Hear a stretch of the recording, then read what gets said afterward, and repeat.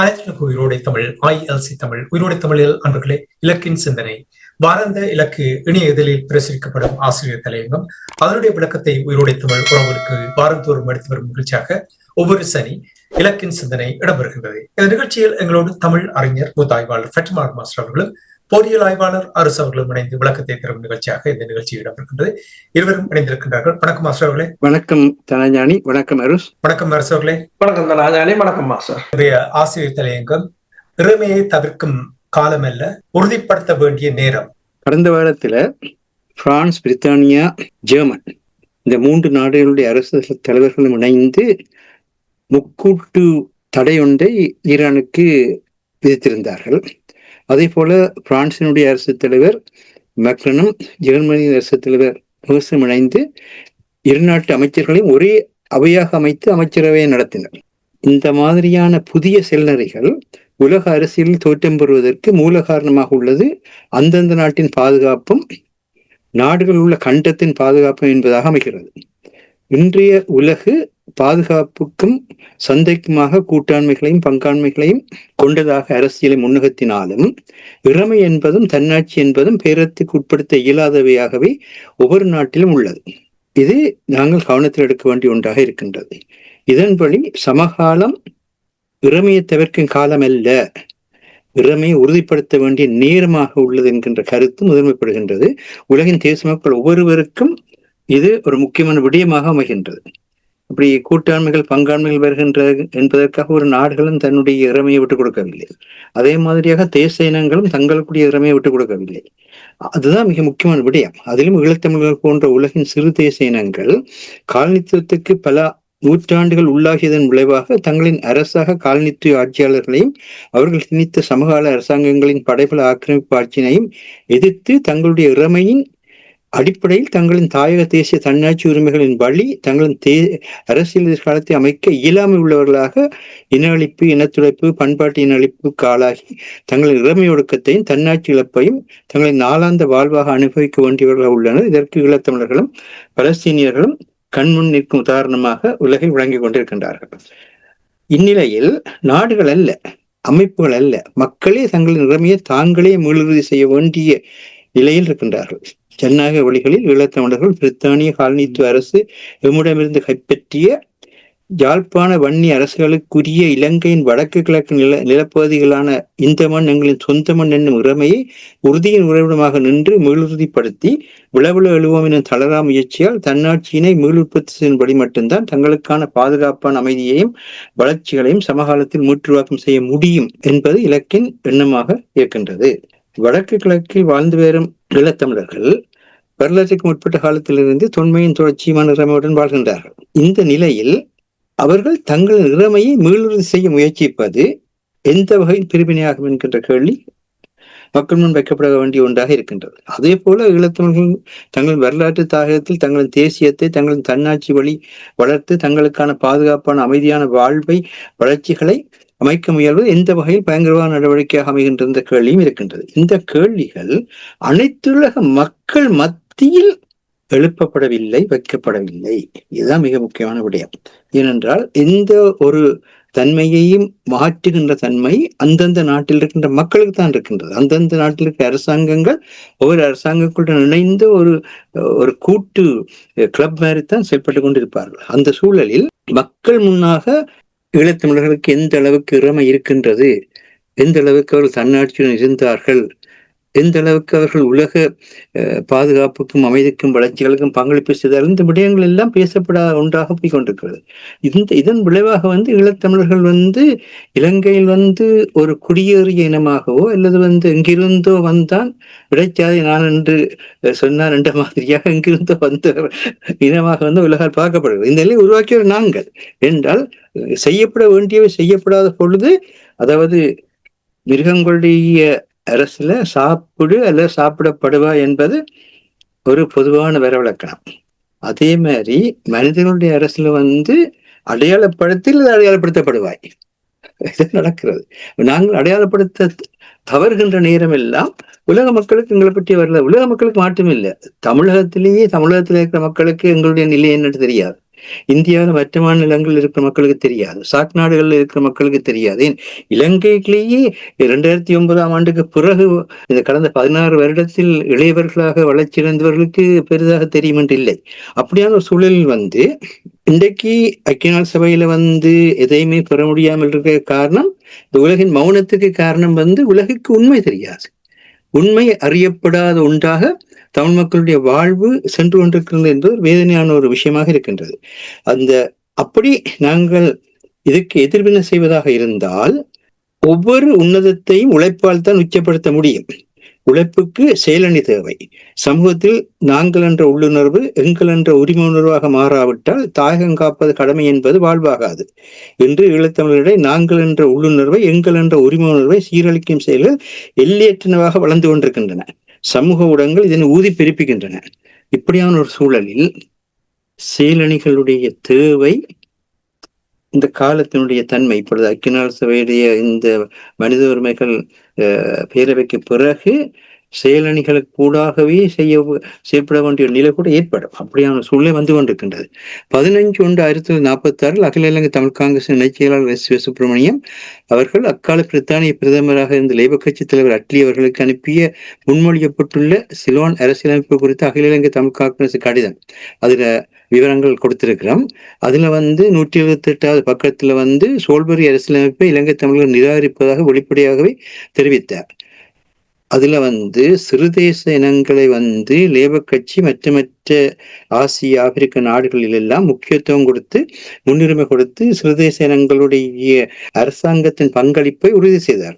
இலங்கையை பொறுத்த மட்டில் சிறுதேசமாக இனமாக இருந்த ஈழத்தமிழரை அவர்கள் கைவிட்டார்கள். அதே நேரத்துல 9 லட்சம் பேர் அந்த நேரத்துல மலைய தமிழராக இருந்தார்கள். 7 லட்சம் பேர் இலங்கை தமிழராக இருந்தார்கள். ஆகவே 16 லட்சம் தமிழர்கள் என்ற தொகுதியை கூட அவர்கள் கைவிட்டார்கள் என்றதை அங்கு சுட்டிக்காட்டி, மற்ற இடங்கள்ல தேச இனங்களுக்கு பாதுகாப்பு கொடுத்த லேபர் கட்சி அட்லி பிரபு பிரதமர் இந்த அட்லி அவர்கள் இந்த எங்களுடைய பிரச்சனைகள் மட்டும் அதனை தவறாக பயன்படுத்தினர் என்கிற கருத்தை வெளியிட்டிருக்கிறது. எதற்காக சுட்டிக்காட்டுகின்றேன் என்றால், அவர் சொல்லி 79 ஆண்டுகளாக ஈழத்தமிழர்கள் நிராகரிக்கப்பட்டு வரும் சிங்கள பெரும்பான்மை ஒற்றையாட்சி பாராளுமன்ற முறையின் கீழேயே தங்களுக்கு அரசியல் அதிகார பரவலாக்கத்தை இன்றைய ஈழத்தமிழ் செய்து ஸ்ரீலங்கா நாடாளுமன்ற உறுப்பினர் கேட்பதே இன்றும் ஈழத்தமிழர்களின் தேசிய பிரச்சினைக்கான அனைத்துலக சட்ட அடிப்படையிலான தீர்வுகளோ பாதுகாப்புகளோ எதுவுமே கிடைக்காதிருப்பதற்கான மூல காரணம் என்பது ஐக்கிய நாடு சபை தொடக்கம் பெற்ற 2வது ஆண்டில் எழுதப்பட்ட இந்த கடிதம் தெளிவாக எடுத்து விளக்குகின்றது. இன்று ஐக்கிய நாடு சபையின் மனித உரிமை பேரவை இந்த செப்டம்பர் மாத 60வது ஆண்டவர்கள் கூட ஈழத்தமிழர்கள் மேலான ஸ்ரீலங்காவின் யுத்த குற்றச்செயல்கள், மனிதாயத்துக்கு எதிரான குற்றங்கள், மனித உரிமை வன்முறுத்தல்கள் எதற்குமே குற்றம் இழைத்தவர்களுக்கான தண்டனை நீதியோ அல்லது ஈழத்தமிழர்களுக்கான பரிகார நீதியோ எதுவும் கிடைக்கப் போவதில்லை. அதற்கு மாறாக ஸ்ரீலங்கா அரசாங்கத்தை உறுதியான அரசாக மாற்றுவதற்கான நெறிப்படுத்தல்களும் மத நிதி ஆதரவுகளுமே அதிகரிக்கப்படும். ஏனெனில் ஐக்கிய நாடுகளும் வெள்ளாமை நாடுகளும் பிராந்திய மேலாண்மை நாடும் ஸ்ரீலங்காவுடனான தங்கள் கூட்டாண்மை பங்காண்மை தொடர்பாடல்களும் உறவாடல்களுமே இன்றைய தேவையாக உள்ளன என கருதுகின்றன. இப்படியான ஒரு சூழலில் இன்றைய உலகில் அரசாங்கங்கள் இத்தகைய வேறுபாடான சமூக பொருளாதார அரசியல் ஆன்மீக அல்லது தத்துவ கொள்கைகளை கொண்டனவாக இருந்தாலும் அவற்றை பொருட்படுத்தாது ஒரு பொது விருப்பில் தங்களிடம் உள்ள மாறுபாடுகள் வேறுபாடுகளை கடந்து இணைந்து அந்த பொது விருப்பை நடைமுறையாக்க முனைவதை விருப்பாளர்களின் நினைவு என்ற ஒரு புதுவகை கூட்டாண்மை பங்காண்மையை இன்றைய பிரித்தானிய பிரதமர் ஏஸ்டாமர் உக்ரைனுக்கான ஐரோப்பிய நாடுகளின் பாதுகாப்பு எனும் பொது நோக்கில் தொடக்கி வைத்தமை உலகறிந்த விடயம். தங்கள் மக்களின் அறிவுப்புலம் சிறுதேச இனமாக இருக்கின்ற ஈழத்தமிழர்களுக்கு தங்களுக்கான பாதுகாப்பை, தங்கள் மக்களின் அறிவுப்புலம், தங்கள் மண்ணின் இயற்கை வளம், இவற்றினை உற்பத்தியாக்க வல்ல தொழில்நுட்ப பலம், மூலதனம் இவைகள் ஏற்படுத்த வகையில் உலகளாவிய ஈழத்தமிழகத்தின் வழியாக கட்டியெழுப்ப வேண்டும் என்பது இலக்கின் கருத்து. ஏன்னு சொன்னால், எங்களுக்கு அரசு இல்லை, நாங்கள் தான் அரசாக செய்யப்பட வேண்டிய நிலையில் ஒவ்வொரு ஈழத்தமிழருமே இருக்கின்றோம். அதே போன்று இன்று ஐரோப்பிய இராணுவம் என்னும் ஒன்றின் கட்டமைப்பு முயற்சி பிரான்ஸ் முன்னெடுக்க தொடங்கியதன் வழி கண்டங்களின் அரசியல் வேகம் பெற்று வருகிறது. ட்ரம்பின் வர்த்தக போட்டி வேறு கண்ட அரசியலை காலத்தின் தேவையாக்குகிறது. இதுவே இந்திய சீன நட்பு என்னும் புதிய அரசியல் தோற்றமாகும். ஆதலால் அரசியல் ராஜதந்திரமிக்க செயற்பாடுகள் வழியாகவே ஈழத்தமிழர்கள் புதிய உலக அரசியல் ஒழுங்கை எதிர்கொள்ள வேண்டிய காலம் இது. அப்ப இது ஒரு இலகுவான காலத்துக்குள்ள நாங்கள் போக இல்லை, மிக கடினமான காலத்துக்குள்ள போறோம். இந்நிலையில் ஈழத்தமிழர்கள் இருப்பினவாகவே செயற்பட அனுமதித்து தங்களின் சமூக பொருளாதார அரசியல் ஆன்மீக தேவைகளுக்கான மக்கள் செயல்களை சிறு சிறு குழுமங்களாக சுயதீனமாக கட்டியெழுப்பதன் மூலமே மீளவும் தேச நிர்மாணத்தை உறுதியாகவும் அதிக அறிவுபூர்வமாகவும் அனைத்துலக இணைப்புடனும் கட்டியெழுப்பலாம் என்பது இலக்கின் இவ்வாறு கருத்தாக இருக்கின்றது. இந்த செயலணிகள் குறித்தே இந்த ஆசிரியர் தலையங்கம் முன்னுரிமை கொடுக்கின்றது. ஏனென்றால் இதுக்கு படிப்பு தேவையில்லை, அனுபவம் தான் முக்கியம். மண்ணின் மேலான உறுதியான பற்று, இனத்தின் மேலான வைக்க முடியாத ஆர்வம், இதுகள் தான் முக்கியம். ஆகவே எல்லாருக்கும் எத்தன் எஸ்டபிள்யூஆர் பண்டனாக்கு 1926-27 செய்தார். மாணவர்களை, ஆசிரியர்களை, தொழிலாளரை, மக்களுக்கு உயிர் பாதுகாப்பாக இருந்த நாட்டு வைத்தியர்களை, மக்களுடைய நம்பிக்கை மரபில் முக்கியமானவர்களாக இருந்த பிக்குகளை இவ்வளவு பேரை ஒன்றிணைத்தார்கள். இப்போ செயலணியாற்ற ஒவ்வொருவருக்கும் ஒரு செயலணி வந்தது. அதை அந்த விகாரங்களிலே கொண்டு வந்து செயற்படுத்தினார்கள். அதன் வழியாக ஒரு சிறிய இனமாக இருக்கின்ற சிங்கள தேச இனம் இந்த உலகத்திலே எல்லா நாடுகளோடும் சமானமாக என்று செயற்படக்கூடிய அளவுக்கு வலிமை பெற்றிருக்கின்றார்கள். அது மறக்க முடியாது.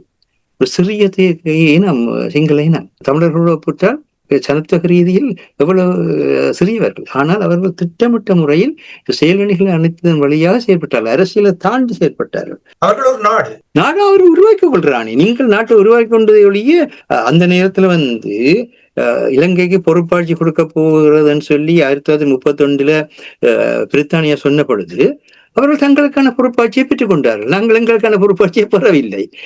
அவர்களுக்கு நாடு உருவாகியது, எங்களுக்கு நாடு இழக்கப்பட்டது. யாருல பிள்ளை இருக்கிறது? ஒவ்வொருவரும் தங்களுடைய முன்னேற்றத்தை இந்திய துணைக்கண்டத்தில் தன்னுடைய முதன்மை நிலையை பேணும். சீனா ஆசிய கண்டத்தில் தன்னுடைய முதன்மை நிலையை பேணும். அது மறக்க முடியாத உண்மை. அப்படி அவர்கள் பேணுகின்ற பொழுது அதற்குள் நாங்கள் எங்களை பேண வேண்டிய தேவை இருக்கின்றது. நாங்கள் எங்களை பேண அதுக்கு என்ன காரணம்? ஏற்கனவே சொன்ன நாங்கள் என்ற உணர்வு எங்களுக்கு இல்லாமல் இருக்கிறது. அதுக்கு நான் இப்ப விவரங்களுக்கு நான் வரவில்லை. நாங்கள் என்ற உணர்வு இல்லாமல் இருக்கிறதால நாங்கள் என்ற அந்த உள்ளுணர்வு தான் எங்களுக்கான உரிமை உணர்வாக எங்களது என்ற தன்மையை தரும். இது நாங்கள் என்ற உணர்வே இல்லை. இது என்ற நிறுவனம், இது என்ற இயக்கம், இது என்ற அமைப்பு, இது என்ற கட்சி, இது என்ற சாதி, இது என்ற மதம், இது என்ற பிரதேசம், இது படித்தாக்கள் நாங்கள், இது படிக்காத ஆக்கள் அவர்கள், இப்படித்தான் இருக்கிறோம். நாங்கள் என்ற உணர்வு இல்லாத ஒரு சமூகத்துக்குள்ள என்ன மாதிரியாக எங்கள் என்ற உள்ளுணர்வு வரும்? ஒருவரும் குழுவாக போங்க, அதுக்கு மேலால குடும்பமாக பிரிஞ்சிங்க, குடும்பமாக செயற்படுறீங்க. ஆனா குடும்பத்துல ஒரு கேள்வி இருக்குது. நீங்கள் குடும்பத்தோட செயற்படுகின்ற பொழுது யாராவது ஒருவர் கூறுங்கள், நீங்கள் காலையில் கண் விழித்ததுல இருந்து இரவு தூங்க போறதுக்கு இடையில் உங்கள் குடும்பம் மட்டும்தான் உங்களுக்கான எல்லாவற்றையும் செய்கிறது என்று. நீங்கள் உணவுக்கு போனால் அந்த உணவு எங்கேயோ இருக்கிற ஒரு மனிதனால உயர்வு செஞ்சு உருவாக்கப்பட்ட ஒன்றுதான் உணவு. நீங்க நீரை கூட சொன்னாலும் கூட அந்த நீருக்கு கூட நீங்கள் எங்கேயோ இருக்கிற ஒருவன் அதை ஒழுங்கு செய்து அவன் உழைப்பாலையும் அவன் உதிரத்தாலும் பெறுறதுதான் நீர். எந்த ஒரு மனிதன் உங்களோட குடும்பத்தோட வாழ்றீங்க, நீங்கள் மனிதரோட வாழ்ந்து கொண்டிருக்கின்றீர்கள். மனிதரோட வாழ்ற நீங்கள் மனிதரை மதிக்கிறதும் இல்லை, மனிதரை ஏற்றுக்கொள்றதும் இல்லை. நான் எந்த குடும்பம் இந்த தன்மைகளால் நாங்க போய்கொண்டு எங்களுக்கு ஒற்றுமை இல்லைன்னு பேச பார்க்கணும். அது காரணம் என்னன்னு சொன்னால், நானே எல்லாத்தையும் செய்வதாக ஒருவன் நினைக்கிறேன், நானே எல்லாத்தையும் நடத்தி முடிச்சு கொண்டிருக்கிறேன். எப்போன்னு ஒருவன் இந்த உலகத்துல ஒரு நாள் ஒரு நிமிஷம் தானே மட்டும் வாழ்ற ஒரு வாழ்க்கையை சொல்லுங்க வாப்பம். எங்க வேண்டாலும் அப்படியான நிலை இருக்கான்னு சொல்லுங்க வாப்பம். கண்ணுக்கு தெரியாத அருவமாக உலகில் இருக்கிற மனிதர்கள் எல்லாம் இணைக்கப்பட்டிருக்கிறோம். எல்லா கண்டங்களும் இணைக்கப்பட்டிருக்கு. அதனால ஒன்றைகளும் ஒருவனோட சொன்னாங்க. ஆனா எங்களுக்குள்ள இதுல எல்லாம் கதைஞ்சு இப்ப நேரத்தை போய் கொண்டிருக்க நான் விரும்பவில்லை. நான் சொல்ற விடயம் என்னென்று சொன்னால், நாங்கள் என்ற உணர்வை நாங்கள் வளர்ப்பதற்கு யாரெல்லாம் எதிரியாக இருக்கின்றோமோ, யாரெல்லாம் அதை குழப்புறோமோ அவர்கள் எங்கள் இனத்தை அழிப்பவர்களாக இருக்கின்றோம். அதனை எதிரிகள் பயன்படுத்துகிறார்கள் என்பதுதான் அடிப்படையான உண்மையாக இருக்கின்றது.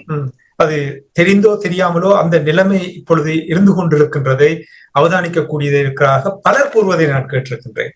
அதை அவர்கள் புரிந்து கொள்ளாமல் இருக்கிறார்களோ எனக்கு தெரியவில்லை. ஆனால் இந்த நிலைமை இருக்கிறது. இது தொடர்பாக நாங்கள் பேசித்தான். அதுக்காக தான் எங்களுடைய அதே கருத்து பலரிடத்தில் இருக்குன்னு எனக்கு தெரியும். அதுக்காக தான் இந்த நாட் எவிஷன் பட் டிசிஷன் என்றதை வச்சுக்கொண்டு வெளியினேன். ஏனென்றால் இந்த நாட் எவிஷன் என்று சொல்றது ஒன்றும் என்னால முடியாதுன்னு தவித்துக் கொண்டு போகாது. இது சரி வராது, இது எங்களால் ஆகாது, இது நடக்காது, இது இயலாதுன்னு தவித்து கொண்டு போறதுக்கு பிறகு அந்த தவிர்த்தல் என்றது அதைத்தான் நாங்க செய்யறோம். அப்ப தவிர்க்கிறதன் மூலம் என்ன செய்யறோம் தெரியுமா? என்னுடைய தன்னலத்தை தான் ஒருவரும் வளர்த்து கொள்றான். தவிர்க்க போய்க்கல அங்க நீங்க பொதுநலத்தோட செயற்பட மாட்டீங்க. ஆனால் எந்த ஒரு சூழ்நிலையும் நான் மாற்றுவேன், என்னால முடியும், நாங்கள் இணைவோம், நாங்கள் விட்டு கொடுப்போம் என்ற அந்த உறுதிநிலையை வளர்த்தா தான் பிரச்சனை தீரும். பிரச்சனை முடிக்க சிங்களோட்ட அது இருக்குது. இன்றைக்கு ரணில் விக்ரமசிங்கோட பிரச்சனையில கூட தேசிய மக்கள் சக்திக்கு வளைஞ்சு கொடுக்குற அளவுக்கு சிங்கள மக்களிடத்துல இருந்து எதிர்ப்பு வெளிப்பட்டது உண்மை, மறக்க முடியாது. அது முதலாளித்துவ எதிர்ப்பு, அது வேற விஷயம். இலங்கையினுடைய வளர்ச்சிக்கு எதிரான உண்டு, அதை பற்றியெல்லாம் விமர்சிக்க வேற இல்லை. ஆனா அவர்கள் எப்படி செயற்படுகிறார்கள், அவர்கள் தங்களுக்கு இருக்க விருப்ப வெறுப்பு எல்லாம் கடந்து ஒரு பொது நோக்கில் செய்வாக்க தான் இந்த பொது விருப்பின் இணைவு என்று சொல்லி கேஸ்டாமர்ஸ் என்று உங்களுக்கு சொன்னேன். அதாவது ஒவ்வொரு பிரச்சனையில் ஒவ்வொரு நாட்டுக்கும் இருக்கும், வேறுபாடுகள் இருக்கும், மாறுபாடுகள் இருக்கும். ஆனால் பொது விருப்பில இணைகிற அந்த வலிமை தான் இன்றைய காலத்தின் தேவையாக இருக்கு. அதை செய்யுங்க, நீங்களாவே இருங்க, என்ன அட்டகாசத்தையும் பண்ணுங்க, பிரச்சனை இல்லை. ஆனா ஒரு பொது விருப்புண்டு வரைக்கல எல்லாரும் இன்றைக்கு நீதிக்கான ஓலம் என்று சொல்லி கையெழுத்து வேட்டு நடக்கல ஒருவர் அதை முன்னெடுக்கிறார். அதுக்கு நீங்க முதல் அதுல ஈடுபட்டுட்டு அதுக்கு பிறகு அதுக்கான விமர்சனத்தை முன்வைங்க. ஆனா அதுல ஈடுபடாமலே என்ன செய்வீங்களோ விமர்சனத்தை முன்வைப்பீங்க. ஒண்ணு நடக்காமலே விமர்சனம். இன்னொரு விடயம் எல்லோராலையும் அவதானிக்கக்கூடிய என்னவென்றால் இந்த மெச்சூரிட்டி இல்லை என்ற அந்த சின்ன பிள்ளைத்தனமாக ஒரு விடயத்தை நீங்கள் எடுத்து கூறும் பொழுது அதை தங்களுடைய சொந்த பிரச்சனையாக அல்லது தங்களை தாக்குவது போல் பார்ப்பது, அவரிடம் அந்த மெச்சூரிட்டி இல்லை, எவ்வளவு வளர்ந்தாலும் மெச்சூரிட்டி இல்லை என்பது நான் தான் செய்கிறேன் சொல்றேன். இது வருகிறது. அதான் அப்படி அந்த மெச்சூரிட்டி இல்லாதவர்கள் எவ்வாறு தமிழ் மக்களுடைய விவகாரங்களில் தலையிடலாம் என்று கூட கேள்விகளை எழுப்புகிறார்கள். நேரடியாக வானொலியில் வந்து கூறுகிறார்கள், அழையுங்கள், நாங்கள் கேள்வி நான் அழைப்பதற்கு தயாரில்லை, அவர்களாக வந்தால் அவர்கள். அதுவும் நீங்க சொன்ன சரி. அதாவது ஊடகம் என்று என்னென்று பலருக்கு தெரியதில்லை. ஊடகம் என்று சொன்னால் உள்ளதை உள்ளபடியே வெளிப்படுத்துற ஒன்றுதான் எங்களுடைய கடமை. அதுதான் ரியலிசத்தை அப்படியே கொண்டு மக்களுக்கு முன்னால் வைக்கலாம் கடமை. நாங்கள் இப்படி செய் அப்படி செய்ய சொல்ல வேற இல்லை, இப்படி இருக்குதுன்னு மற்றவர்கள் சொல்றோம். அதுல நீங்கள் அதை ஏற்றுக்கொள்ளுங்கள், இந்த மரங்கள் அதுல இருந்து வளருங்கள், ஒரு பிரச்சனையும் இல்லை. நீங்க கருத்தாக சந்திப்பதற்கு தயங்குற நீங்கள் தான் ஊடகத்தை நீங்க தாக்க வலிக்கிறீங்க. ஆனா ஊடகம் இன்றைக்கு நத்தஞ்சாக என்ன செய்யறார்? நீங்க செய்யறதான் அவர் செய்யறார். உங்கள்ட்ட இன்றைக்கு ஆயுதம் இருந்துன்னா அவர்தான் செய்வீங்க. சரியா? நத்தஞ்சாவை பார்த்து நீங்கள் செய்யற வேலை இன்றைக்கு இலக்கிலும் ஐஎஸ்சியிலும் இருக்கிற அத்தனை பேருக்கும் நடந்திருக்கும். இந்த மனநிலை தான் சிக்கலான விஷயம். அதாவது ஆயுதம் ஒரு கருவி, அடுத்தவனை அடக்கி ஆள்றதுக்கு ஒரு காலம் கருவிகளை பயன்படுத்தாதுங்க. மக்களுடைய மனதை நீங்கள் உரையாடல் மூலமாக செயல்கள் மூலமாக மாற்றுங்க. உரையாடல் செயல்கள் மூலமாக தான் நீங்கள் மக்களுடைய மனதை மாற்ற முடியுமே தவிர கருவியால் இந்த உலகத்தில் ஒருவனும் வென்றது கிடையாது. கருவி ஒரு போர் எழுகின்ற நேரத்துல மக்களை பாதுகாக்கிறதுக்கு தேவை. அதே மாதிரி ஒரு புதிய கண்டுபிடிப்பு வரைக்கல அரசுக்கு அவர் வேத்தியல் பேராசிரியர் என்ற அளவில் அவருக்கு கெமிஸ்ட்ரியை பற்றி படியா தெரியும். அங்க புதிய நிலை வரைக்கலாம் சயின்ஸிலும் கூட புதிய கண்டுபிடிப்புகள் ஒரு காலத்துக்கு ஏற்ற ஒன்று கண்டுபிடிக்கப்பட்டு அந்த தன்மையோட அந்த பிரச்சனை தீர்ந்து நடந்து கொண்டிருக்கும். ஆனா காலத்துக்கு ஏற்ற மாதிரி மாற்றம் வரைக்கல புதிய கண்டுபிடிக்க வரைக்கலாம் திருப்பி புதிய உபகரணங்களை கண்டுபிடிப்பான். அதை விட்டு போட்டு புதிய உபகரணங்கள் கண்டுபிடிக்கிறது இல்ல சயின்ஸ். எல்லாம் புதுசா கண்டுபிடிக்காதீங்க இருக்கு. அதே நேரத்தில் பழசுக்களும் ஊறாதீங்க. ஒன்று நல்ல ஞாபகம் இருக்கிறது, மூத்த ஊடக ரேசி தாசிஸ் மாஸ்டர் அவர்கள் கூறியது, ஊடகத்தில் நாங்கள் பணிபுரியும் பொழுது யாருக்கும் திணிக்க முடியாது. இந்த வார்த்தை தான் அவர் பயன்படுத்தினார், திணிக்க முடியாது. ஆனால் நாங்கள் உண்மைத்தன்மையோடு தூய்மையாக உண்மையாக செய்திகளை மக்கள் கூறுகின்ற விடயங்களை எடுத்து காவி செல்வதுதான் எங்களுடைய பொறுப்பு என்று கூறியதை இன்னும் எனக்கு நிரந்தரமாக பதிந்திருக்கின்ற அதை உங்களுக்கு இந்த நேரத்தில் அதை ஞாபகப்படுத்திக் கொண்டு நன்றி மாஸ்டருடைய விளக்கத்தை தந்ததற்காக நன்றி. அரசு சட்டப்படியாக மாஸ்டர் அவர்கள் கூறியிருந்தார், புதிய உலக ஒழுங்கை ஏற்றுக்கொள்ள வேண்டும் என்று மாஸ்டர் கூறியிருந்தார். இன்றைய உலகில் எவ்வாறு தமிழர்களுடைய நிலைமை பார்க்கப்படுகின்றது, ஈழத்தமிழர்களுடைய இறமை எவ்வாறு பார்க்கிறார்கள், இதில் ஏதாவது பாதிப்பு இருக்கின்ற என்று நீங்கள் கருதுகிறீர்கள்? இறமை என்பது இப்போது என்னென்று ஒரு வர்த்தகத்திற்குள் மூழ்கினதாகத்தான் இருக்கின்றது. இறமை எதை வைத்து அளவிடப்படுகிறது என்று சொன்னால் தற்போது அந்தந்த பெரிய நாடுகளின் மூலோபாய திட்டங்களுக்கு ஏற்பதால் ஏனைய சிறிய நாடுகளின் இறமை வரையறுக்கப்படுகிறது. நாங்கள் இப்ப 1970களில் எவ்வாறு இருந்தோமோ 80களில் எவ்வாறு இருந்தோமோ அதே போன்று இப்போது சிந்திக்க முடியாது.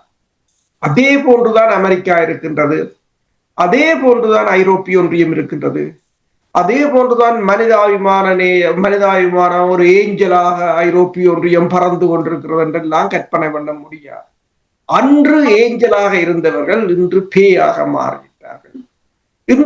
அன்று பேயாக சித்தரிக்கப்பட்டவர்கள் இன்று ஏஞ்சலாகவும் மாறிக்கொண்டிருக்கிறார்கள். அது அப்ப நாங்கள் அந்த ஒரு ஏஞ்சல் என்று அதை நினைத்துக் கொண்டிருந்தோம் என்று சொன்னால் இப்போது பேயோடு வாழ்ந்து கொண்டிருக்கிறோம் என்றுதான் அர்த்தம்.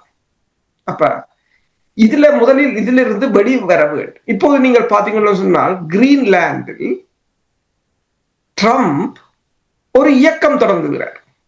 இயக்கம் என்றால் என்ன? பிரிவினைவாத இயக்கம் தொடங்குகிறார். அதான் இப்ப லேட்டஸ்ட் டாபிக்.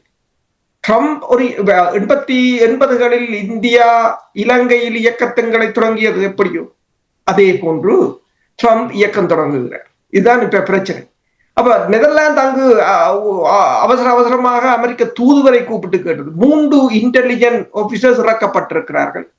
அவர்கள் அங்கு என்ன கேட்கிறார்கள் என்று சொன்னால், இந்த நெதர்லாந்தில் உள்ள மக்களில் யார் யார் பிரிவினைக்கு ஆதரவானவர்கள் என்று பட்டியலிட்டு அவர்களை சேர்க்கிறார்கள்.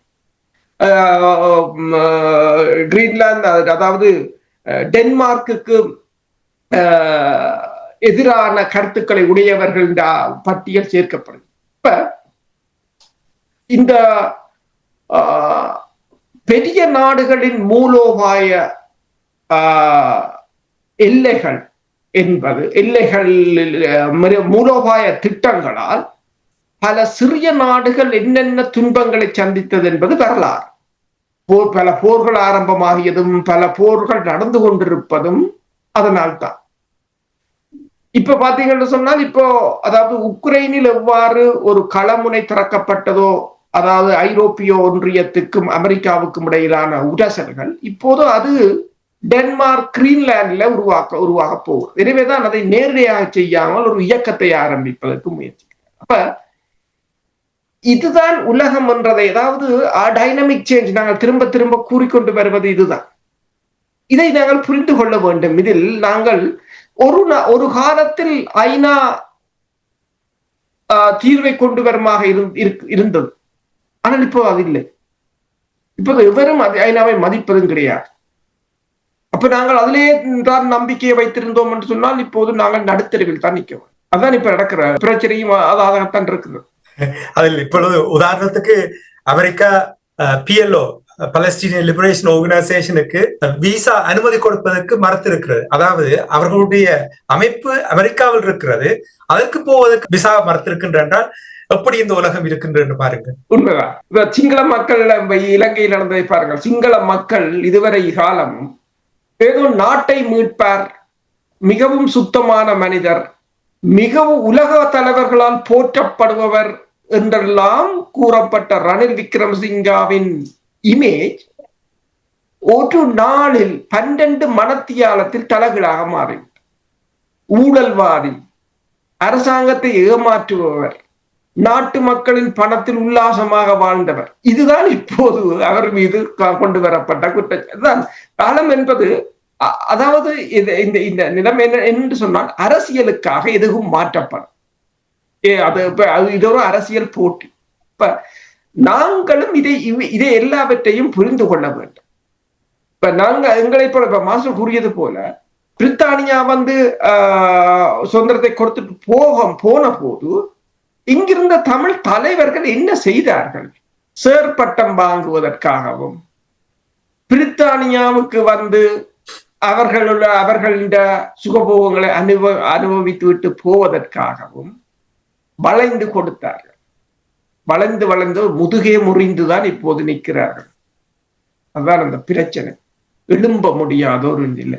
இப்ப இலங்கை அரசை பொறுத்தவரை, அதாவது எந்த ஒரு அரசியல் கட்சிகளை பொறுத்தவரையிலும் யாருக்கும் எந்த ஒரு என்ன சொல்வது எந்த ஒரு திட்டமும் இல்லை. இப்ப பாருங்கள், இப்போ என்ன ஓகே, இப்பதான் அதாவது வாரக்கிழமை மனித உரிமைகள் ஆணைக்குழுவில் கூட்டம் தொடங்குற போது இப்பவும் கடிதம் எழுதி கொண்டிருக்கிறார்களும் இருக்கிறார். இப்போ அது ஆணையாளற்ற கடிதம் எல்லாம் முடிஞ்சது. ஆனால் இன்னொன்று வரப்போகிறது, அதை பற்றி ஒருத்தருக்கும் தெரியாது.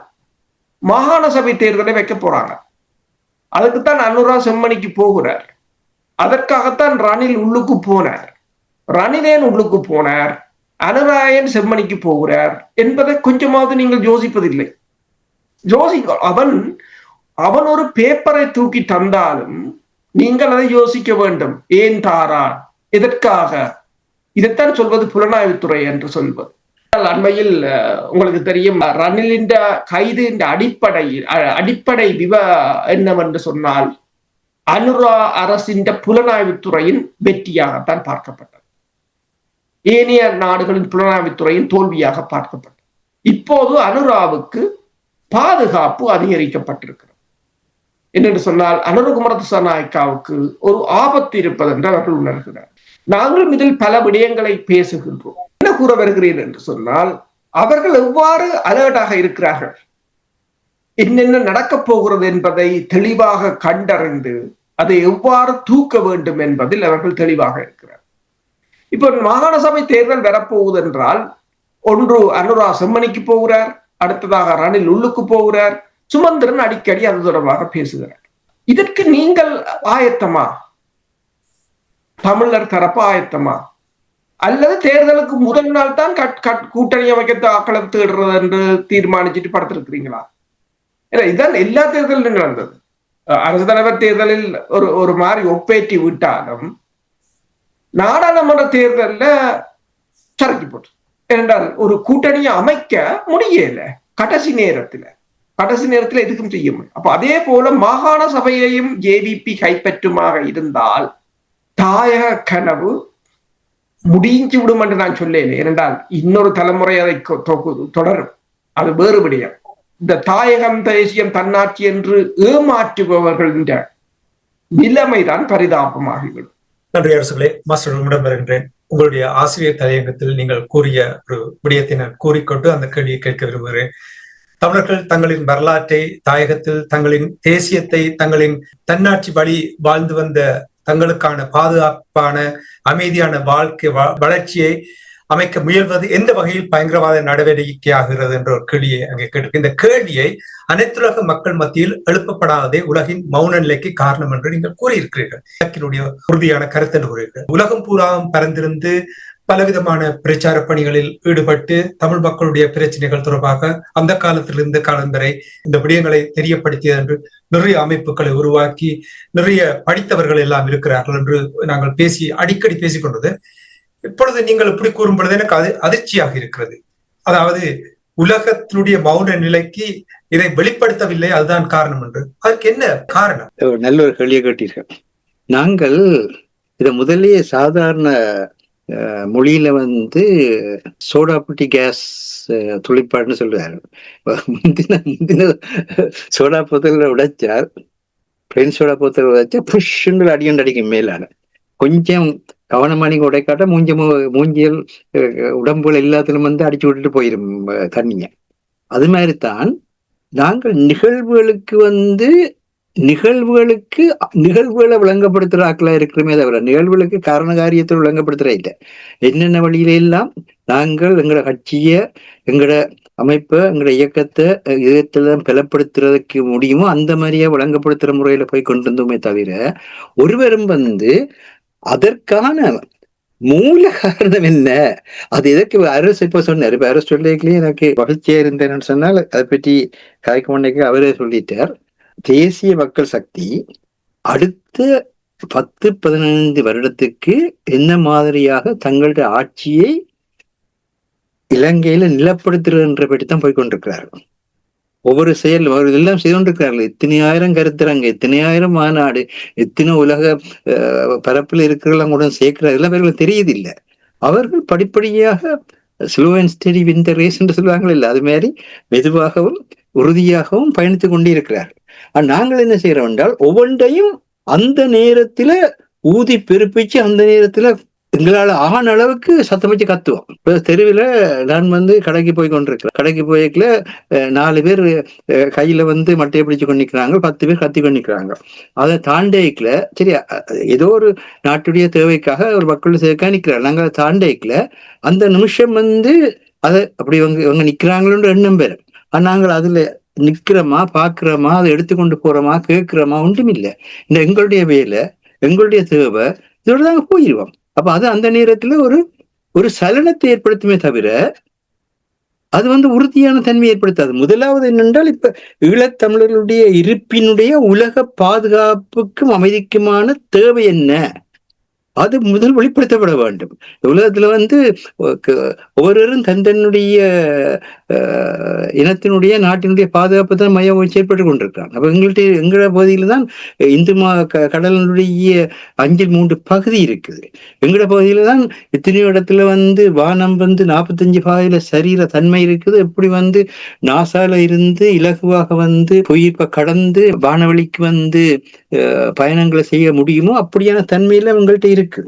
இன்றைக்கு கோபால் மேல மன்னார் கிட்டே இருக்குன்றது இப்பதான் கண்டுபிடிக்கணும். உலகம் அதுவும் அரசு ஏற்கனவே சொன்னார், அதுவும் ஒரு சிங்கள பல்கலைக்கழகம் கண்டுபிடிக்கிற நிலையில இருக்கிறோம். எங்களை வீட்டுக்கிட்ட இருக்கிற பொருளை எங்கேயோ இருக்கிற ஒருவன் கண்டுபிடிச்சு உண்ட வீட்டை பக்கத்துல சொன்ன கதையா முடிஞ்சது அது. அப்ப என்னன்னு சொன்னால் இருக்கிற பிரச்சனை என்னன்றா, நீங்க சொல்ற கேள்விக்கு மேல பயங்கரவாதம் ஏன் வந்தது, பயங்கர நடவடிக்கை ஏன் வந்தது, இது என்னுடைய மண்.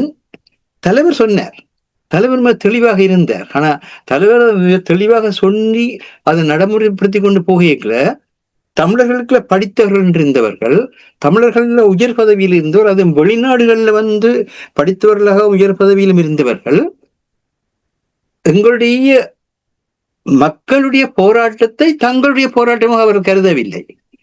தமிழர்கள் தான் வெளிநாடுகளில் இருந்து தேசிய விடுதலை போராட்டத்துக்கு எதிரான பல கருத்துக்களை கூறினார்கள். அதைத்தான் மற்றவர்கள் மிகப்படுத்தி கொண்டு சென்றார்கள். அல்லது ஏற்கனவே அரசு சொன்ன மாதிரி இந்த அரசாங்கங்களுக்கு முன்னால வளைஞ்சு நிற்க வேணும் என்றவர்கள் அவர்கள் எப்படி வளைய செல்றார்களோ அவர்கள் சர்ச்சையில நீ 45 வாய்க்கு குனிஞ்சாக்கான்னு சொன்னா இவர்கள் 60 வாயில குனிந்து நிற்பார்கள். இன்னொரு 15 வாய் கூடி நின்று இழாமலே நிற்பார்கள். இதான் நடந்தது. அப்ப ஒவ்வொன்றும் நடக்கின்ற பொழுது இந்த முக்கியமாக சாதாரண பாமர மக்கள், ஏழை மக்கள், விவசாயிகள், தொழிலாளர்கள், இவர்கள் தங்களுடைய மண்ணை தங்களுடைய சகோதரர்கள் இல்ல, நாங்கள் எல்லாம் சகோதரர்கள். இதுக்கு இந்த யாது முறை யாவரம் கேள்வி பற்றிய ஒரு தன்மை வந்த பொழுது கேட்டார்கள். அதாவது இந்த ஜாதி முறை யாவரும் கேள்வின்றது என்ன மாதிரியாக தமிழர்களுடைய ஒரு மிகப்பெரிய தத்துவம் அதெல்லாம் பேசப்படுகிறது என்று. அப்ப அனைத்து அவர்களுக்கு சுருக்கமாக பதிலளிக்க வேண்டிய தேவை என்றது ஒன்றுதான் சொன்னான். மனிதர் உலகின் குடிகள், அடுத்தவரை சுரண்டாது ஒடுக்காது, மனித நேயத்துக்கு தீங்கியதும் செய்யாது, உலகில் எந்த நாட்டிலும் வாழும் பிறப்புரிமை கொண்ட தோழர்கள், யாது முறை யாவரும் கேள்வி, இதுவே தமிழர் தத்துவம். இதுதான் கம்யூனிசமா வந்தது. தோழர்கள் அவர்கள் அழைத்தத காரணம் அதுதான். கமரேட் என்று அழைக்கைகளையும் அந்த தன்மைகளை மாத்துகிற போராளியாக இருந்ததான் கருத்து. அதாவது நாங்கள் அப்படி இருக்கிறோமா, எங்களுக்கு இல்ல நான் தெரியாம கேட்கிறேன். தேசிய விடுதலை போராட்டம் துவங்குறதுக்கு முதல் சாதாரண ஒரு ஈழத்தமிழருக்கு உலகில் நடந்த புரட்சிகளை பற்றியோ, உலக மக்களுக்கு எதிராக நடந்த இனஅழிப்புகள் அல்லது மக்களுக்கு எதிராக நடந்த கொடுமைகளை பற்றியோ எப்பயாவது யாருக்காவது அறிவு இருந்தா நினைக்கிறீங்க? இல்ல, எங்களுக்கு தெரிஞ்ச அறிவு எப்படி இருந்தாண்டா, பிரிஸ்டல்ல என்ன விளையுது, அங்க மான்செஸ்டர்ல என்ன உற்பத்தி ஆகுது, அங்க வாஷிங்டன்ல என்ன மாதிரியாக மக்கள் உடுத்துகிறார்கள், அதுதான் தெரிந்திருந்தது. நாங்க மக்கள் இந்த பிரச்சனை இந்த நிலையை கொண்டு விட்டு இருக்குது. என்ன உலகத்தில் இருக்க எல்லாரும் முதல்ல நாங்க மனிதர்கள், அந்த மனிதர்கள் என்ற தன்மையில நாங்க எப்பொழுது இனம், மதம், மொழி முக்கியத்துவப்படுத்தப்பட வேண்டும் என்றால் என்னுடைய இனத்தன்மையுடன் நான் வாழ முடியாது, என்னுடைய மொழித்தன்மையுடன் நான் வாழ முடியாது, என்னுடைய நம்பிக்கை தன்மையுடன் நான் வாழ முடியாது என்று இன்னொருவர் சொல்லிக்கல, அது மனித உரிமைக்கு எதிரான ஒன்றாக வருகிறது. ஆனால் நாங்கள் எப்ப சொல்றோம் எங்களுக்கு எதிரான இந்த ஒடுக்குமுறைகள் அடக்குமுறைகள் எல்லாம் என்னுடைய மனித உரிமைக்கு எதிரானது என்ற அந்த போராட்டத்தை நாங்கள் பெருப்பிச்சு கொண்டு போயிருந்தோம்னு சொன்னால், உலகத்தில் இருக்கிற மனித உரிமை தோட்ட தொழிலாளருடைய போராட்டத்தை எடுத்து பார்த்தீங்கள் என்றால் அவர்கள் தமிழர் என்று போராடவில்லை. எப்படி போனார்கள்? தொழிலாளர் என்று தான் போராடினார்கள். நாங்கள் தொழிலாளர்கள் என்ற ரீதியில் இங்கு ஒடுக்கப்படுறோம் என்று சொன்ன பொழுது யாருமே நினைத்துக் கொள்ளாதீர்கள் இந்தியாவினுடைய அழுத்தத்தால அவர்களுக்கான உரிமைகள் மீள கிடைக்கப்பட்டன என்று. அது வரலாற்று தெரியாதவர்கள் சொல்ற பதில். உண்மையாக என்ன அந்த உலகத்தில் இருக்கிற தொழிலாளர் இயக்கங்கள், தொழிலாளருக்கான உரிமை குரல் கொடுப்பவர்கள் எல்லாரும் மலைய மக்களை பற்றிய பிரச்சனைகள் பேச தொடங்கிய விளைவுதான் இந்தியாவினுடைய பின்னணி என்று சொல்லி அதை சொல்லுகின்றார்களே ஒழிய நடந்தது என்னென்று இவர்களுக்கு தெரிவதில்லை. சரி, இன்றைக்கு கூட இந்த செம்மணி தமிழர்களுக்கான பிரச்சனை உண்டு, அது உண்மை. ஆனா அதே நேரத்தில் உலக மனித உரிமை அளிக்கப்பட்டிருக்கிறது. உலகத்தினுடைய மனித உரிமை அளிக்கப்பட்டிருக்கிறது. ஒரு மனிதன் உயிரோடு புதைக்கப்பட்டிருக்க, ஒரு குழந்தை உயிரோடு புதைக்கப்பட்டிருக்கிறது. பால் முடிச்சு கொண்டிருக்கிற தன்மையுடைய பால் போத்தோடு புதைக்கப்பட்டிருக்கிறது. இந்த கொடுமைகள் எல்லாம் உலகத்துக்கு எச்சரிக்கை விடுக்கிற விஷயம். உங்களுடைய மனித உரிமைக்கு இது ஆபத்து. இன்றைக்கு அன்றைக்கு 2009 என்னெல்லாம் முள்ளிவாய்க்கால் நடந்தோ அவ்வளவு தானே இன்றைக்கு காசால நடந்து கொண்டிருக்குது. அவர்களும் அன்றைக்கு இப்படித்தான் கௌரவமான முறையில எங்களுடைய இடத்தை இன்றைக்கு நத்தன்ஜாகு காம்பேக்ட் லேண்ட் என்று இணைக்கப்பட்ட பிரதேசம் அறிவிச்சு செய்கிறார். ஆனா சிங்கள அரசுக்கு ஆதரவாக இருந்த உலக நாடுகளும் உலக வல்லாண்மைகளும் பிராந்திய வல்லாண்மைகளும் எங்கட பக்கத்தையும் பிடித்தான். எங்கட பக்கத்தை தங்களுடையதாக இணைச்சாதான் இந்த போராட்டத்தில் விளைவு. அதாவது இந்த போராட்டத்தினுடைய அடிப்படையே எங்களுடைய மண்ணை ஆக்கிரமிப்பு. அதாவது மண் விடுதலை போராட்டம் ஒன்றுதான் தேசிய தலைவரும் எங்களுடைய தேசத்தின் லண்டன் பாலசிங்கம் அவர்களும் கூறினார்களே தவிர அந்த போராட்டத்தை ஒரு கட்டத்திலும் மொழி போராட்டமாகவோ அல்லது இனப்போராட்டமாகவோ அல்லது சமய போராட்டமாகவோ அப்படி கூறவில்லை. அதுகள் பாதிக்கப்படும் என்று நாங்கள் குரல் எடுப்போமா இருக்கா, அது வேற விஷயம். ஆனா இந்த மண் எங்களின் சொந்த மண். அது யார் சொல்றீங்கள்? நீங்க சமஸ்தி கேட்டு என்ன செய்யறீங்கள்? உங்களை அழிச்சு உங்களை இல்லாமல் பண்ணின அவர்களிடத்திலேயே நாங்கள் உங்களோட எப்படி நாங்கள் உங்களோட இருந்து சாப்பிடுறது, இதுதான் சமஸ்தியில கேட்குறீங்க. சமஸ்தி 72ஆம் ஆண்டோட முடிஞ்ச ஒரு கதை. முடிஞ்ச வரல, கறந்த பால் முளைக்கிறாது என்று தெரியாமல் திருப்பி கறந்த பாலை கொண்டு வச்சு கொண்டிருக்கிறீங்க. இன்றைய உலகத்துக்கு ஏற்ற மாதிரி பேசுங்கள். உங்களுடைய மனித உரிமை பாதிக்கப்படுகிறது, உங்களுடைய தொழில் உரிமை பாதிக்கப்படுகிறது, எங்களுடைய வாழ்வாதாரம் பாதிக்கப்படுது, உலகத்தின் உற்பத்தி இதால பாதிக்கப்படுகிறது, உலகத்துக்கு கடல் போக்குவரத்து பாதிக்கப்படுகிறது. இதன் காரணமாக உலகத்துக்கு பல துன்மாதிரிகள் ஏற்படுத்தப்பட்டு உலகம் இதே மாதிரி வாழலாம் என்று நிக்கிறேன் தான் காசா இன்றைக்கு உருவானதுக்கான காரணம் அந்த தேசத்தையே இடிச்சு நொறுக்கி காட்டுறாங்க. இதே மாதிரி தான் எங்கள் தேசம் இடிச்சு நொறுக்கப்பட்டது என்பதை அதுல சில பேர் என்ன சொல்றாங்கன்றா இந்த அளவுக்கு நடக்க இல்லை. என்னையா நீ கத்தியால குத்தினாலும் கொலைதான், பொல்லால் அடிச்சு கொண்டாலும் கொலைதான், சரியா? அப்ப தொலைக்காட்சியில் காண்பிக்கவில்லை, தொலைக்காட்சியில் அப்படியே பார்க்கக்கூடிய தொலைக்காட்சி இல்லாத காலத்திலும் உலகத்தினுடைய இனஅழிப்புகள், உலகத்தினுடைய கொடுமை எல்லாம் வெளிவந்து என்று அந்த மக்கள் உறுதியாக தங்களை மக்களை பற்றி பேசினார்கள், தங்களை மண்ணை பற்றி பேசி. நாங்கள் அதை பற்றி கதைக்கிறது இல்லையா, அது பொடியல் செய்வது. இப்படிதான் சொன்னாங்க, அது பொடியல் பிரச்சனை. அப்படி சொன்ன காலம் இருக்கு. அதே மாதிரி தான் இன்றைக்கும் என்னண்டா மற்ற இன்னொன்றையும் ஞாபகத்தில் வச்சுக் கொள்ளுங்கோ. இந்த நீங்கள் ஏற்கனவே அதை பற்றி கதைச்சிங்கள், இயங்கியல் வாதத்தை பற்றி, டயலக்டிக்கல் மெட்டீரியல்ஸை பற்றி அரச பொழுது பேசைக்குள்ள இந்த இயங்கியல் தன்மை பற்றி சொன்னது விடயம் பெறுவது என்னென்றால், இயக்கம் என்றது நீங்கள் ஒரு வரலாற்றை மாற்றுகின்ற ஒன்றை அல்லது ஒரு ஒடுக்குமுறையை அடக்குமுறையை மாற்றுகின்ற ஒன்றை செயல்படுத்துறதுக்கு மக்களை கொண்டு நிறுத்துறதுக்கு பேரான இயக்கம். அதை நீங்கள் முதல் திட்டத்தை வகுக்க வேண்டும். இந்த விஷயத்துல எப்படி நாங்கள் இந்த செய்கிறோம், இதுல செயற்படுங்கள். அப்படி செயற்பட போய்க்கல உயிரையும் பொருட்படுத்தாமல் செயற்படுற தன்மைக்கு மக்கள் போய்க்கலாம் இயக்கமாக மாறும்போது தமிழில் தேசிய விடுதலை போராட்டத்தில் நடப்பட்டது. இப்ப நடக்கிற பிரச்சனை என்னென்றால், இன்றைக்கு இருக்கிற பிரச்சனைகளை மாற்றுவதற்கு ஆனா ஒரு திட்டமும் யாரிடத்திலும் இல்லை. அந்த திட்டம் வந்தாதான் செயலணி வேறும்.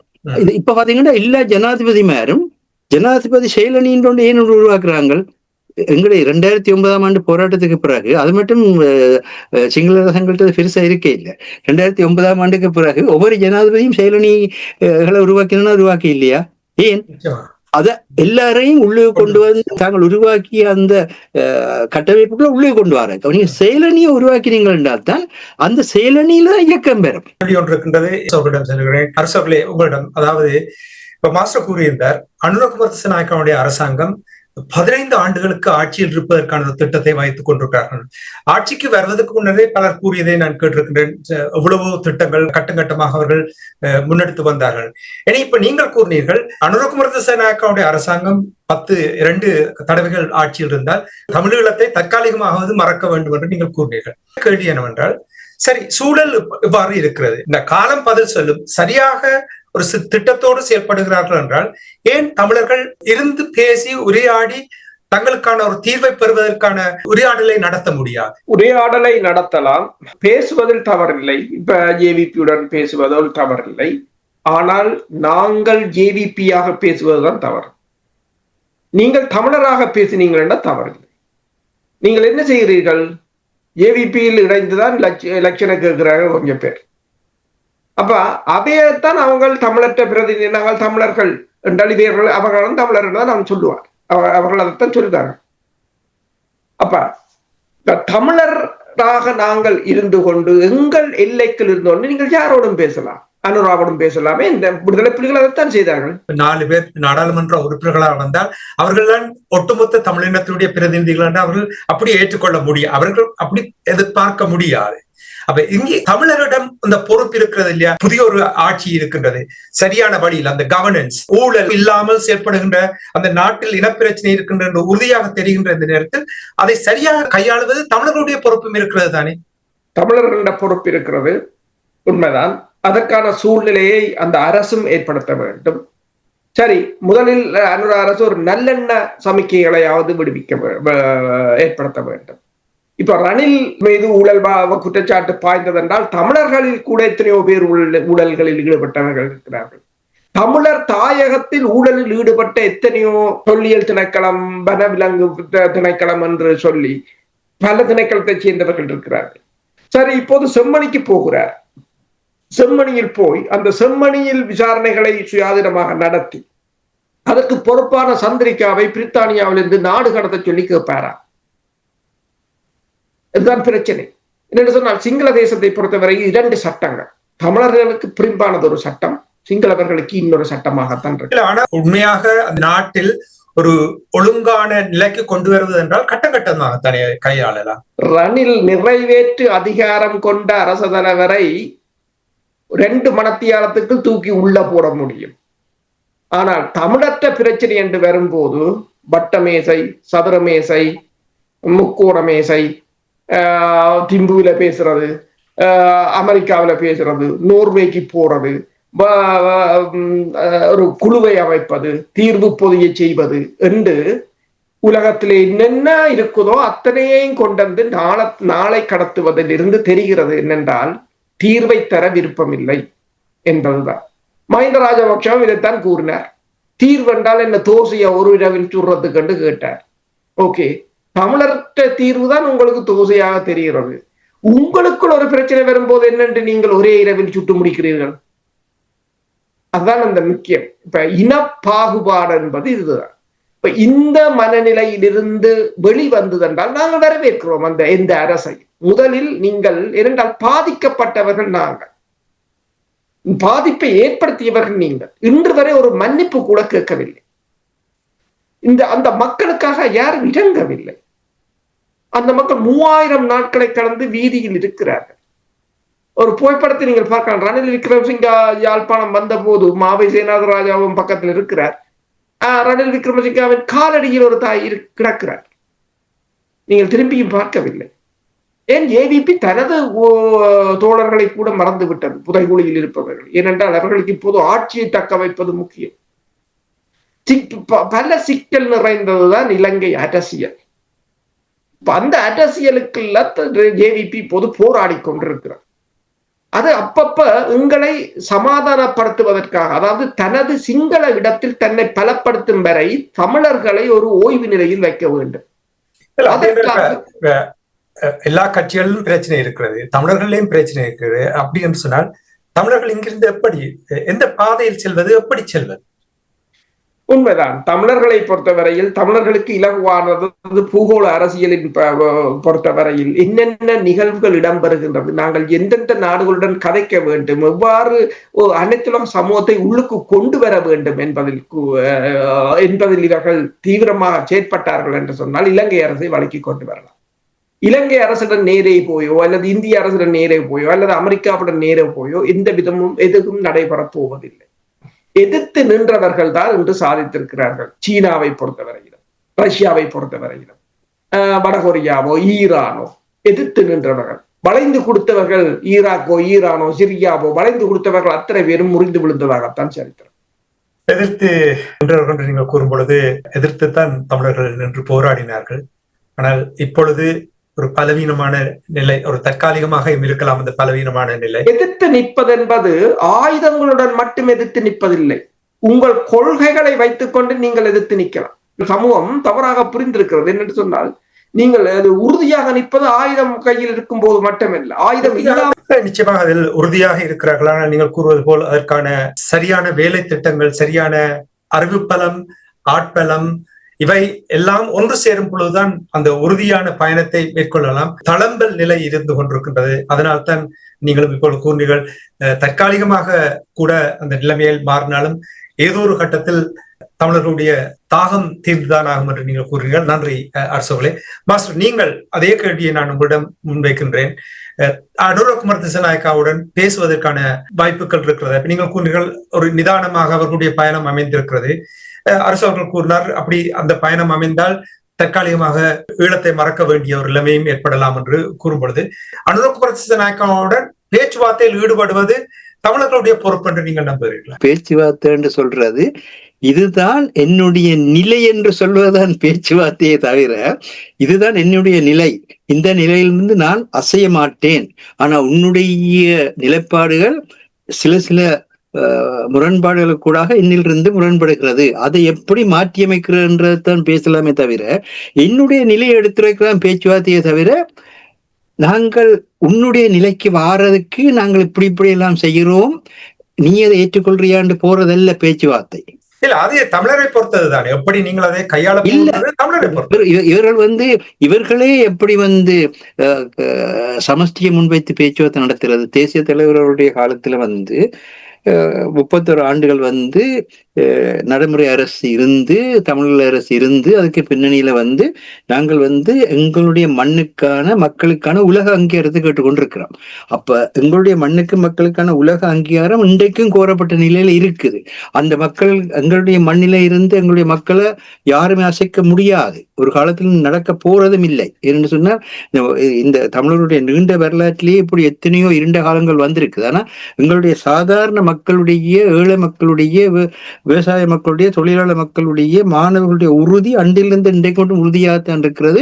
இது என்னுடைய மண், இது என்னுடைய மக்கள் என்பது. ஆனால் அவர்கள் வாழ்வதற்கான வாழ்வாதாரத்தை உருவாக்காமல் நாங்கள் விடுவதால் தான் அவர்கள் வாழ முடியாத நிலையில் தவிக்கிறார்கள். ஆக இந்த நேரத்துல நீங்கள் பாலன் அதாவது தேசத்தின் லண்டன் பாலசிங்கம் அவர்கள் நோர்வே பேச்சுவார்த்தையின் பொழுது என்ன சொன்னார்?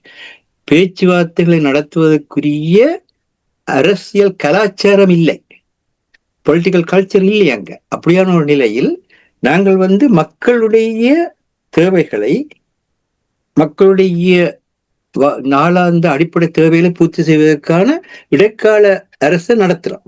அதை நீங்களும் நடத்துங்க. அப்படி செய்து மக்களுக்கிடையில இந்த மண்ணில வாழலாம், மற்றவர்களுடன் நாங்கள் எங்களுக்கான முறையில உரையாடி வாழலாம் என்ற நம்பிக்கை வருகின்ற பொழுது நாங்கள் பேச்சுவார்த்தைக்கு போகும் தான் சொன்னார். அதை செய்யவில்லை ஜேபி என்பதுதான் இப்பொழுது அரசு கூறிய கருத்து. அரசு கூறிய முக்கியமான கருத்து என்னென்றால், ஜேபி தனிப்பட்ட ஜேபின்னு சொல்லுகின்றார்கள் என்றால் பலர் இப்பொழுது தாங்கள் தேசிய மக்கள் சக்தி ஜேபி இல்லை என்று அவர்களே கூறுகின்ற ஒரு நிலையம் கூட இருக்கிறது. அவை ஒருவருடைய கருத்தை நாங்கள் மாற்றி பேசக்கூடாது. பழைய மரபில் நான் பேசிட்டேன். ஆனால் இப்பொழுது இருக்கிறவர்கள் பலரும் சொல்லுகின்றார்கள் தாங்கள் பழைய ஜேபியிலிருந்து மாறுபட்டு அதை அவர்கள் நிரூபிக்க வேண்டும். அதுக்கு முதலாவது நிரூபிக்கிறது என்ன? முதல்ல சட்டத்தின் அனைவரும் சவம் என்றதை கொண்டு வருவீர்களா? அதை கொண்டு வருவதற்கான ஒரு அரசியல் நான் கொண்டு வருவேன், சட்டத்தின் அனைவரும் சவம் என்ற ஒரு வசனத்தை சொன்னால் அது ஒரு நல்லெண்ணமாக அமையும். அதே நேரத்துல என்ன, எந்த ஒருவருக்கும் எந்த ஒரு மனித உரிமை மீறலும் இல்லாத ஒரு நீதிமுறையை கொண்டு வரணும்னு சொல்லுவீங்களா? அப்படி சொன்னீங்கன்னா முதல் மனிதனா வாழ வையுங்க. மக்களை நம்பிக்கையோட இருக்க வைங்க. அது நடக்காது என்று அவர்கள் இப்படி சொன்னார்கள் என்றால் நாளைக்கு அவருடைய ஆட்சியே இருக்காது. அப்படியான சூழல் இருக்கிறதால்தான் இடைக்கால நிர்வாகத்தை கொண்டு அதை மாற்ற வேண்டும் என்ற கருத்தை சொன்னார். இப்பொழுது இடைக்கால நிர்வாகத்தை கொண்டு வரக்கூடிய சூழல் மாறி இருக்கின்றது எல்லாருக்கும் தெரியும். ஆனா இந்த நிலையிலையும் நாங்கள் எங்களுடைய மக்களுடைய நிர்வாகத்தை நாங்கள் கொண்டு வரலாம்.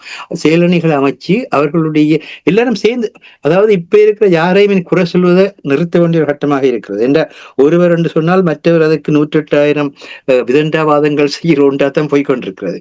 மாற்றத்துக்காக பேசப்படுகின்றது யாருமே ஏற்கிற நிலையில் இல்லை. எல்லாம் ஒரே இலக்கை, மக்களும் மண்ணும் பாதுகாக்கப்பட்டு மக்களும் மண்ணும் தாயக தேசிய தன்னாட்சி உரிமையுடன் வாழ என்ற இலக்கை நோக்கித்தான் எல்லாரும் போக விரும்புகின்றீர்கள். அப்ப இலக்கு எல்லாருக்கும் ஒன்றுதானே. தயவு செய்து ஒருத்தர் பேசி வாதிட்டு நேரத்தை போக்குவதை நிறுத்திவிட்டு ஒவ்வொருவரும் நாங்கள் இதை எதுத்தான் செய்ய போறோம் என்று ஒவ்வொரு செயற்திட்டங்களை முன்வைத்து அதை செயலணிகளாக வெளிப்படுத்துங்கள். அந்த செயலணிகளை எல்லோருமாக சேர்ந்து ஒருவருக்கொருவர் தோள் கொடுத்து கொண்டு போனோம் என்றால்தான் மக்கள் அங்கு வாழக்கூடிய, மக்கள் அங்கு நிலை பெறக்கூடிய தன்மை பெறும். இது எதுக்காக கூறுகின்றேன் என்றால், இந்த செப்டம்பர் 8ஆம் தேதிக்கு பின்னர் மிகப்பெரிய ஒரு ஃப்ரஸ்ட்ரேஷன், அதாவது மிகப்பெரிய ஒரு மன அழுத்த நிலை தோன்றுவதற்கு இடம் இருக்கிறது. என்னன்னு சொன்னால் எதிர்பார்த்த மாதிரியாக எதுவும் நடக்க போறதில்லை. ஆகவே அதுக்குரிய அறிகுறிய நிறைவே இருக்கிறது. ஆகவே எங்களால் இயலாது என்ற ஒரு எண்ணம் தாயகத்தில் இருக்கிற மக்களுக்கு வரக்கூடாது. உங்களால் முடியும். உங்களுடைய மண், உங்களுடைய உழைப்பு, உங்களுடைய மண்ணும் உங்களுடைய உழைப்பும் இருக்கும் வரை உங்களால் முடியும் என்றதை செய்யும்போது அந்த மக்களுடைய அந்த மண்ணில அந்த உழைப்பை அவர்கள் பயன்படுத்தக்கூடிய திட்டங்களை வகுங்கள். அதே நேரத்தில் அரசாங்க தரப்புல அரச பயங்கர நடந்தாலும் சரி, அல்லது படைபல ஆக்கிரமிப்பு நடந்தாலும் சரி, அதை வெளிப்படுத்துவோம். அதில் எந்த பிரச்சனையும் இல்லை. ஆனால் ஒவ்வொருவரும் தயவு செய்து ஒருத்தர் நாங்கள் ஒரு சிறிய இனம், இந்த சிறிய இனத்துக்குள் மக்களுக்காக சொல்லி பணியாற்றுகிறவர்கள் அந்த மொத்த மக்கள் தொகையில ஒரு 5% கூட இல்லை. நாங்கள் உண்மையை ஏற்றுக்கொண்டுதான் போகணும். அந்த 5% இருக்கிறவர்களும் நீங்கள் 500 குழுக்களாக பிரிந்து நின்றால் எதை செய்ய போறீர்கள்? யாருக்கு செய்ய போறீர்கள்? அதான் கேள்வியாக இருக்கிறது. ஆகவே இந்த நேரத்தில் உங்களுடைய கொள்கைகளாக இருக்கட்டும், கொள்கைகள், லட்சியங்கள், அது என்றுமே அடையப்பட வேண்டிய ஒன்று. அதை நீங்க அடையக்கூடிய உங்களுடைய அணுகுமுறைகளை நீங்க செய்யுங்கள். யாருமே வரவில்லை. ஆனால் பொதுவான விஷயங்களை ஒவ்வொரு நாளும் அந்த மண்ணில இருந்து இளையவர்கள் அந்த மண்ணில் வாழ முடியாத நிலையை அடைந்து கொண்டிருக்கிறார்கள். அவர்கள் ஒன்றில் சிங்கள பெரும் சமூகத்துக்குள் இணைய வேண்டும், இல்லை என்றால் இல்லை என்ற நிலைக்குள் போய் கொண்டிருக்கிறார்கள். இப்படித்தான் அம்பாறை இழந்த கடந்த வார வீரேசரியில் வயலூர் என்கின்ற அம்பாறை கிராமம் என்ன மாதிரியாக 40 ஆண்டுகளுக்கு முன் தமிழர்களுடைய ஒரு மிகப்பெரிய ஒரு விவசாய உற்பத்தி இடமாக இருந்து இன்றைக்கு அந்த இடத்திலே அதில் அடையாளம் கூட இல்லாமல் அழிந்திருக்கின்றதை பற்றி 40 ஆண்டுகள் அந்த வயலூர் கிராமம் நிறைவை பற்றி நிறைவை பற்றி ஆனால் அது எத்தனை பேருக்கு தெரியும்? இது அம்பாறையில் நடந்தது. திருவோணமலையில நான் படித்த மண். அங்கு நாங்கள் இருந்த காலத்தில் இருந்த முறைமை என்ன, இன்றைக்கு எந்த நிலையில இருக்கு திருவோணமலை? அப்ப மண் இழக்கப்பட்டு கொண்டிருக்கிறது. மக்கள் வாழ முடியாமல் தவித்துக் கொண்டிருக்கிறார்கள். அதுகளை தடுப்பதற்கான எத்தனையோ வழிகளை இது நாங்கள் பேசி ஒன்றும் செய்ய முடியாது. அந்தந்த துறையில் படித்துக் கொண்டிருக்கிற இளையவர்களிடத்தில் ஒப்படையுங்கள். இந்த சமகாலத்தை இயக்குற தன்மை பல்கலைக்கழகங்களில் படித்துக் கொண்டிருக்கிற இளையவர்களுக்கால மண்ணிலும் கடலில் நிற்கின்ற மக்களிடத்திலிருந்து தான் வர வேண்டும். இது 2 பகுதியை நீங்கள் எந்த அளவுக்கு இழைக்கிறீங்களோ அந்த அளவுக்கு தான் வரும். இதுல நாங்கள் யாரையுமே குறை சொல்லவில்லை. எல்லாருமே ஏதோ செய்ய வேண்டும் கஷ்டப்பட்டீர்கள். எல்லாருமே நீங்கள் அர்ப்பணிப்புகளும் செயற்பட்டிருக்கிறீர்கள். அதுக்கு எல்லாத்துக்கும் நன்றி. ஆனால் அது எல்லாத்தையும் நாங்கள் ஒரு கோடுகளை நிறுத்திவிட்டு இன்றையில இருந்து நாங்கள் இன்ன செயல் திட்டத்தை செய்கின்றோம் என்று ஒருவரும் கூறி அது செயல் திட்டத்தை ஒருவருமாக முன்னெடுத்துக் கொண்டு போற நிலையை இந்த ஆண்டு 60வது மனித உரிமைகள் பேரவைக்கு பிறகாவது நாங்கள் வெளிப்படுத்தினோம் என்று சொன்னால்தான் பாதுகாப்பு சபையில் எங்களுக்கான ஒரு அக்கறை வரும். என்ற பாதுகாப்பு சபையை நீங்க அசைக்கிற 2 விஷயத்தெல்லாம் அசைக்கலாம். ஒன்று பொருளாதாரம், அடுத்தது அறிவு. இது 2ஆவது நீங்க அசைக்கலாம், வேறு ஒன்றாவது அசைக்க மாட்டீங்க. அந்த பொருளாதார வளத்தையும் அறிவு தளத்தையும் நாங்கள் ஆழப்படுத்துகின்ற பொழுது பாதுகாப்பு சபை அமையும். உலகத்துல மாற்ற முடியாத எதுவும் இல்லை.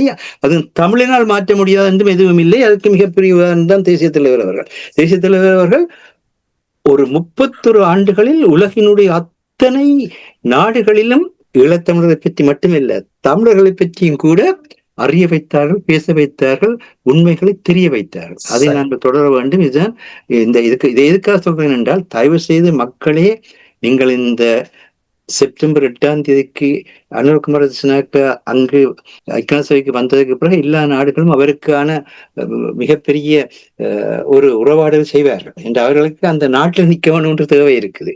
இவர்கிட்ட அதிகாரம் இருக்குது. இதெல்லாம் நடக்கும்.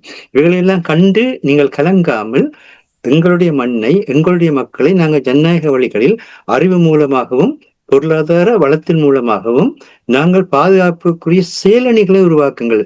இனிமேல் நாங்கள் பேசாது ஒன்றை செய்துவிட்டு இதை செய்தோம் என்று சொல்கின்ற ஒரு மரபை நாங்களும் கூட இதில் தவறு செய்திருக்கலாம். யாருமே தவறு செய்யலாம். இவர் தவறு செய்தோம், அவர் செய்தோம் என்று அந்த தன்மையில விட்டுட்டு இனிமேல் இனியொரு விதி செய்வோம், செயலை மட்டுமே எடுத்துரைப்போம் என்ற ஒரு விதியை செய்யுங்க. விரிவாக பேசலாம். நாங்கள் பிரதான செயலுக்கு செல்ல வேண்டும். மாஸ்டர், நன்றி.